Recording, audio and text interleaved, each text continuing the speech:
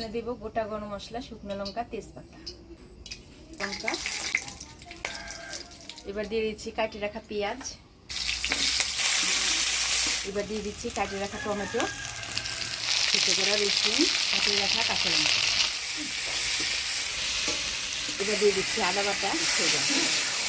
আজকে গুঁড়া মশলা দিয়ে রান্না করবো, তো এখানে আমি জিরার গুঁড়া, ধনিয়ার গুঁড়া, লঙ্কার গুঁড়া নিয়ে নিচ্ছি। এর মধ্যে জল দিয়ে দেবো, জল দিয়ে গুলিয়ে নেব। গুঁড়া মশলাটা একটু জল দিয়ে গুলিয়ে নিলাম। এবার দিয়ে দেবো হলুদ, লবণ। সব মশলাপাতি ভালো করে কষিয়ে নিলাম। চর্বিগুলো দিয়ে দিই, চর্বি দিয়ে মশলার সাথে ভালো করে নাড়াচাড়া করে নেব। আর ভাজিয়ে রাখা আলুগুলা দিয়ে দিই। মশলার সাথে আলু, খাসির চর্বি ভালো করে কষে নিলাম। এবার সিদ্ধ করে রাখা মটরগুলা দিয়ে দিই।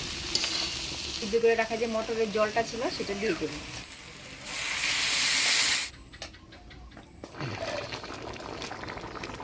ঘুগনি হয়ে আসছে। এবার গরম মশলার গুঁড়া দিয়ে নাড়াচাড়া করে নামিয়ে দেবো।